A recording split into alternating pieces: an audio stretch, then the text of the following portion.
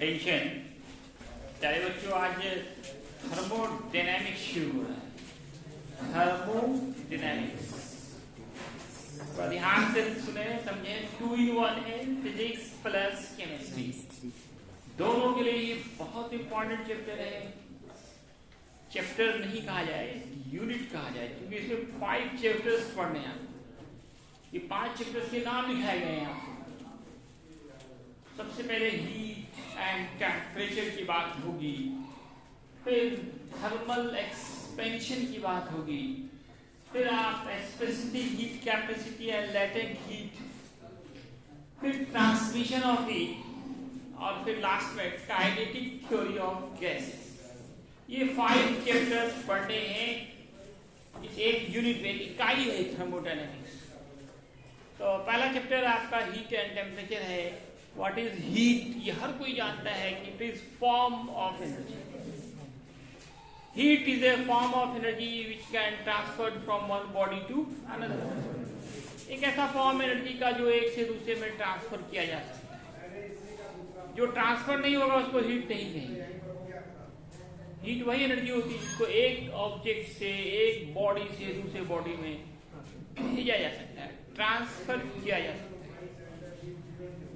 Heat is a form of energy which can transfer from one object to another. इनको हम लोग H से note करेंगे या Q से नोट करेंगे। केमिस्ट्री वाले Q लिखते हैं, हम लोग H लिखेंगे। H से हामिद सर भी हो जाएगा, है ना। याद रखना आसान होगा आपको। H से नोट करेंगे हीट को। ये हीट का फॉर्मूला क्या होगा? वालेकुम। आप रगड़े हाथ को, ऐसे रगड़े। चलिए शुरू हो जाइए, रगड़िए, देखिए क्या हो रहा है। रगड़ते रहो था, अभी तो मजा आ रहा है रगड़ने में। रगड़िए। तुम कहने कर रही है? हाँ, इसको शर्मा रहा है। क्या शर्माना चाहिए वाले शर्माएगा? एक्सपेरिमेंट करने में शर्मा रहा है। देखो आ रहा है, हिट पुलिस हो रहा है। नहीं हो रहा है, न्यूट्रल है तू क्या? तो दोस्तों या रगड़ रहे हैं तो क्या हो रहा है? हीट प्रोड्यूस हो रहा है। या वर्क कर, रगड़ने में क्या कर रहे हैं? वर्क। न्यूटन जूल साहब का यही कहना था। एनर्जी का ऐसा जो जूल बोलते हैं, इसी साइंटिस्ट के सम्मान में बड़ा काम किया जूल साहब ने। उन्होंने कहा कि जितना ज्यादा वर्क होगा उतना ज्यादा हीट प्रोड्यूस होगा। वर्क डन और हीट में भी डायरेक्टली प्रोपोर्शनल का रिलेशन होता है। W डायरेक्टली प्रोपोर्शनल H में। कांस्टेंट यहाँ J आती है। J का नाम होता है mechanical equivalent of heat. Mechanical equivalent of heat. SI system में J का मान 1 होता है तो W बराबर H, अतः हीट बराबर वर्क डन के। हीट बराबर वर्क डन के होगा। इसलिए जो यूनिट हीट का होगा वही वर्क डन का होगा, वही एनर्जी का होगा। That is joule. जूल आपके सम्मान में। SI यूनिट ऑफ हीट क्या बोलते हैं? Joule. Dimension ml square T inverse 2। और ये एक स्केलर क्वांटिटी है। हीट और टेम्परेचर दोनों ही स्केलर है। पूरा चैप्टर ही स्केलर है। हीट और temperature both are scalar quantity. अब देखो हीट देते हैं तो क्या होता है? हीट देने से टेम्परेचर बढ़ जाता है और हीट निकाल लेने से टेम्परेचर घट जाता है। तो एक तो ये हीट का इफेक्ट हुआ कि चेंज इन टेम्परेचर। दूसरा थर्मल एक्सपेंशन। आप कभी आधा केजी 1 लीटर दूध लेके खिलाते हो, अगर ध्यान नहीं देते हो तो क्या देखते हो? पूरा भर जाता है, फिर गिरने भी लगता है। ठीक है ना। अभी हम चाय बना रहे हैं, देखिए पूरा फैल के फिर गिरने लगा। थोड़ा सा ध्यान दीजिए। तो क्या देख रहे हैं? गर्म कर रहे हैं तो क्या हो रहा है? फैल रहा है। गर्म कर रहे हैं तो फैल, एक्सपेंशन हो रहा है। इसी को कहते हैं थर्मल एक्सपेंशन। गर्म करने से वस्तु क्या होती है? फैल जाती है। उसका रेट, वॉल्यूम सब बढ़ जाता है। उसमें एक चैप्टर ही पढ़ना है आपको, थर्मल एक्सपेंशन नाम का दूसरा चैप्टर है आपका। अब चेंज इन स्टेट, ये तो सबको पता है। सॉलिड को हीट देंगे, प्लस में हीट दे रहे हैं तो लिक्विड में कन्वर्ट हो रहा है। लिक्विड में हीट दे रहे हैं, गैस बन रहा है। गैस को ठंडा कर रहे हैं, लिक्विड बन रहा है। लिक्विड को ठंडा कर रहे हैं, सॉलिड बन रहा है। हो रहा है कि नहीं हो रहा है? स्टेट चेंज हो रहा है, स्टेट चेंज हो रहा है।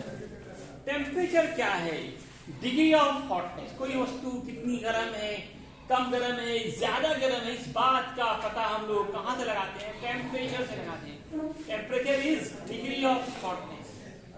ताप उष्णता की कोटि है, इसे पढ़ा गया होगा हिंदी में। आप 9th क्लास में पढ़े होंगे तो हिंदी मीडियम वाले जाते हैं, वहां पढ़ा होगा ताप उष्णता की कोटि है।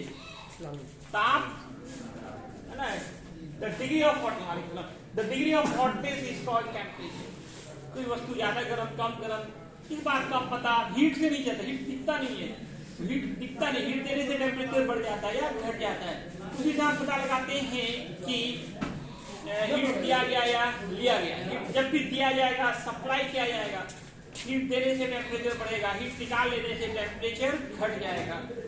बर्फ मतलब हीट दे रहे हैं, सॉलिड कन्वर्ट इनटू लिक्विड, बर्फ को गर्म किए, सॉलिड है, आइस क्या है, सॉलिड, गर्म किया वाटर बन गया, वाटर को गर्म किया वेपर बन गया, स्टीम बन गया, solid convert into liquid, liquid convert into gas. उल्टा करेंगे, माइनस करेंगे, ठंडा करेंगे गैस को, तो वाटर बनेगा, मतलब लिक्विड बनेगा, लिक्विड को ठंडा करेंगे, सॉलिड बनेगा।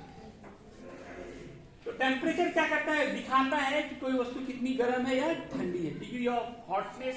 और यही हीट के फ्लो के दिशा को बताता है। हीट हमेशा हाई टेम्परेचर से लो टेम्परेचर की तरफ जाता है। Heat always flow from high temperature to low temperature. इस तरह से पानी हमेशा ऊंचे लेवल से नीचे लेवल की तरफ आता है। इसी तरह से हीट भी हाई टेम्परेचर से लो टेम्परेचर की तरफ जाता है। टेम्परेचर को थीटा या टी से डिनोट करते हैं, असाइनमेंट केल्विन होता है, dimension am naught L not T not के होगा। अब देखिए टेम्परेचर का ये केल्विन जरूर यूज करते हैं, लेकिन अब तक ये 5 फेमस स्केल बने हैं टेम्परेचर मेजरिंग के। 5 स्केल अब तक ताप मापी के बन चुके हैं। पहला degree Celsius, degree Fahrenheit, kelvin, rank, rumour और रैंकिन। ये 5 तरह के स्केल बने हैं। ये सब टेम्परेचर मेजरिंग स्केल ही है। तो टेम्परेचर का यूनिट ही है, टेम्परेचर का यूनिट सेल्सियस भी है, केल्विन भी है, फ़ारेनहाइट भी है, र्यूमर भी है, रैंकिन भी है। लेकिन ये अलग बात है कि यूज अब 3 ही हो रहा है, सेल्सियस, फ़ारेनहाइट, केल्विन। इसमें जो साइंटिफिक है, मतलब हम लोग साइंस में जो यूज करते हैं वो केल्विन स्केल। डिग्री सेल्सियस को केल्विन में बदलना पड़ता है। डॉक्टरी जांच, आपको बुखार आता है, कितने के बाद बुखार होता है? 90 कौन है? अभी तुम्हारा 98 होगा बुखार, 98.6 क्या सेल्सियस या फ़ारेनहाइट? फ़ारेनहाइट। तो डॉक्टरी जांच में कौन सा यूज करते हैं? फ़ारेनहाइट।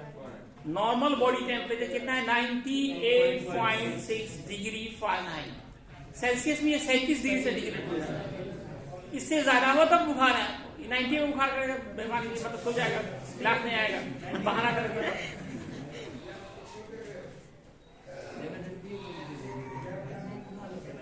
तो देखो, हम लोग साइंटिफिक में केल्विन यूज होता है, डॉक्टरी जांच में फ़ारेनहाइट, डेली लाइफ में सेल्सियस, बाकी वो दोनों अब नहीं के बराबर यूज हो रहे हैं, तो हिस्ट्री में चला गया र्यूमर और रैंकिन। लेकिन चूंकि न्यूमेरिकल सब पे बेस्ड होते हैं, हम लोग 5 पे रिलेशन एस्टैब्लिश करेंगे। एक दिया हुआ है तो दूसरे में कन्वर्ट करना है, तीसरे में कन्वर्ट करना है, चौथे में कन्वर्ट करना है, 5वें में कन्वर्ट करना है। तो हाउ वी कैन कन्वर्ट, ये सीखना है आपको। इसके लिए आपको याद रखना है कि हर थर्मामीटर का 2 निश्चित बिंदु होता है, एक नीचे एक ऊपर। नीचे वाले को लोअर फिक्स पॉइंट कहते हैं, ऊपर वाले को अपर फिक्स पॉइंट। LFP वाला lower fix point, UFP upper fix point. LFP का फुल फॉर्म होता है lower fix point, UFP upper fix point. ये LFP क्या होता है? वह ताप जिसपे बर्फ पिघलना शुरू करता है या बर्फ बनना शुरू करता है, वो 0 डिग्री सेंटीग्रेड होता है, 32 डिग्री फ़ारेनहाइट होता है, 273 केल्विन होता है, 0 र्यूमर होता है, या 492 रैंकिन। इस पे ही आपका बर्फ पिघलता है या बर्फ बनता है।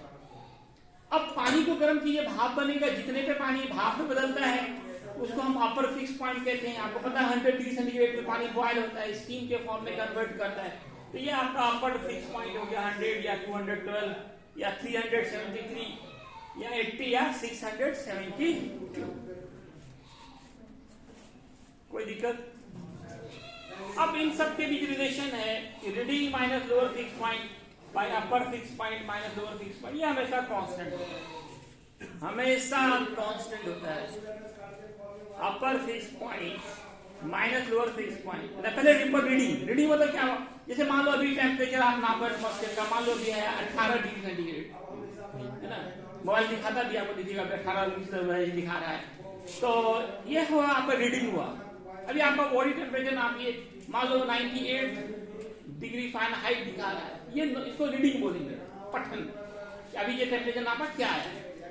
तो अगर मान लो कि अभी का जो टेम्परेचर है सेल्सियस में C, फारेनहाइट में F, केल्विन में K, न्यूमन में R और रैंकिन में Rn है, तो reading minus lower fix point by upper fix point minus lower fix point, ये सबके लिए कांस्टेंट होता है, सेम होता है, सब एक ही माना है। कोई भी स्केल लेंगे, पांचों स्केल में ये अनुपात हमेशा कांस्टेंट होता है। तो बैठाइए आप यहाँ 20 से सब में कट कीजिए, 25 या 29 या 25 या 24 या 29 या, इस तरह से ये फॉर्मूला आ गया। ये फॉर्मूला से 10 फॉर्मूले कम से कम बन सकते, कम से कम 10 फॉर्मूले। C/5 equal F minus 32/9, K minus 273/5, R/4, Rn minus 492/9। ये फॉर्मूला याद रखना मस्ट है। एक याद रखने से आप 10 फॉर्मूले निकाल सकते। कैसे देखिए, C और F में फॉर्मूला पूछे, ये लिखते हैं C/5 बराबर F माइनस 32/9। C और K में पूछ रहा है C/5 बराबर K माइनस 273। C को R में बदलना है तो C/5 equal R/4, C/5 equal Rn minus 492/9। 5 फॉर्मूले ऐसे निकले। अब फिर F और K में रिलेशन पूछे, इस दोनों को लेंगे, F और R में इसको लेंगे, फिर F और Rn में इसको लेंगे, फिर K और R में इस दोनों को लेंगे, K और Rn में इसको लेंगे। इस तरह से 10 फॉर्मूले बनेंगे। आपको बना के लाना है, कंपलसरी होमवर्क है।